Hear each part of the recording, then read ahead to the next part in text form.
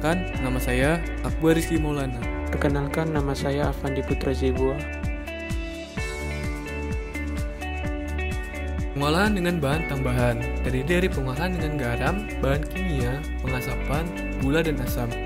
Pengolahan dengan garam bertujuan untuk yang pertama, mendapatkan produk dengan karakteristik akibat aksi mikroba atau enzim haloteran yang tahan terhadap garam.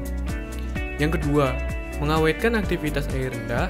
Yang ketiga, mendapatkan struktur dan tekstur. Contohnya adalah pada pengolahan keju, pickle sayuran, dan ikan asin.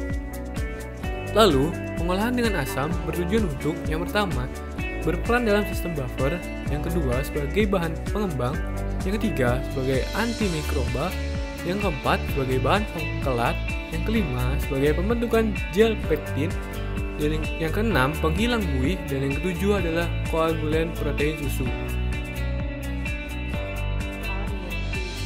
Contoh dari pengolahan dengan asam adalah pengolahan selai dan jeli, pengolahan tahu dan keju, pengawetan roti. Contoh asamnya adalah asam asetat, asam sitrat, asam laktat, asam malat, asam fumarat, asam suksinat, asam tartarat, dan asam fosfat. Pengolahan dengan gula bertujuan untuk yang pertama, mengawetkan dengan konsentrasi 70% menghambat mikroba, yang kedua, membentuk struktur, yang ketiga, membentuk struktur gel pektin, yang keempat, membentuk bodi. Pengasapan merupakan cara pengawetan dengan menggunakan asap yang berasal dari pembakaran kayu atau bahan organik lainnya yang bertujuan untuk mengawetkan dan membentuk cita rasa serta aroma. Contohnya adalah pada pengasapan ikan dan daging.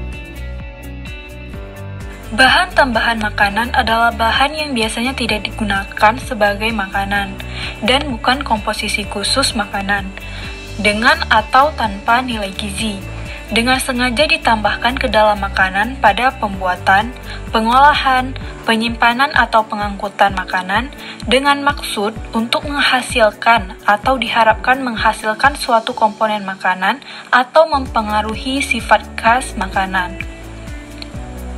Penyimpanan atau pelanggaran penggunaan bahan tambahan makanan oleh produsen adalah 1. Menggunakan bahan tambahan yang dilarang untuk makanan. Kedua, menggunakan bahan tambahan makanan melebihi batas yang diizinkan. Penggolongan bahan tambahan makanan berdasarkan fungsinya. Yang pertama ada antioksidan, berfungsi untuk 1. Melindungi, mencegah, menghambat proses oksidasi sehingga mencegah ketengikan. Yang kedua, digunakan pada minyak, lemak, dan makanan yang mengandung minyak atau lemak. Contohnya asam karbonat dan asam eritorbat untuk produk daging, ikan, dan buah-buahan. Kemudian ada anti penggumpalan, berfungsi untuk mencegah menggumpalnya makanan yang berupa serbuk. Contohnya kalsium, aluminium sisilikat, kalsium silikat, merica, dan rempah. Kemudian ada pengatur keasaman, berfungsi untuk mengasamkan, menetralkan, dan mempertahankan derajat keasaman makanan serta memperbaiki keasaman makanan sehingga mempunyai rasa yang diinginkan. Contohnya asam laktat, asam sitrat, asam malat, dan pengasaman jeli dan marmalade. Yang terakhir ada pemanis buatan, berfungsi untuk menambah rasa manis pada makanan yang tidak mempunyai nilai gizi dan digunakan pada makanan diet. Contohnya pada sakarin, siklamat sebagai pemanis buatan pada jenis makanan tertentu. Pengaturan bahan tambahan makanan diatur dalam Permenkes 722/1988 tentang bahan tambahan makanan, yaitu berisi 1. Jenis bahan tambahan makanan yang diizinkan dan dilarang. 2. Batas penggunaan.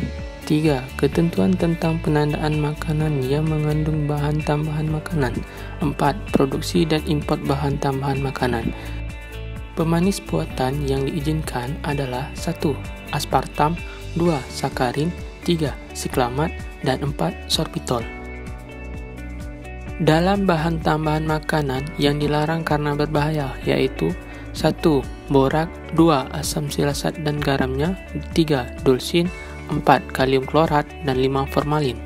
Persyaratan pemakaian berbagai jenis zat pengawet dan pewarna, yaitu yang pertama, terdaftar di Badan POM, 2. Benar sebagai pengawet atau pewarna makanan, 3. Bukan merupakan zat warna yang dinyatakan bahan berbahaya.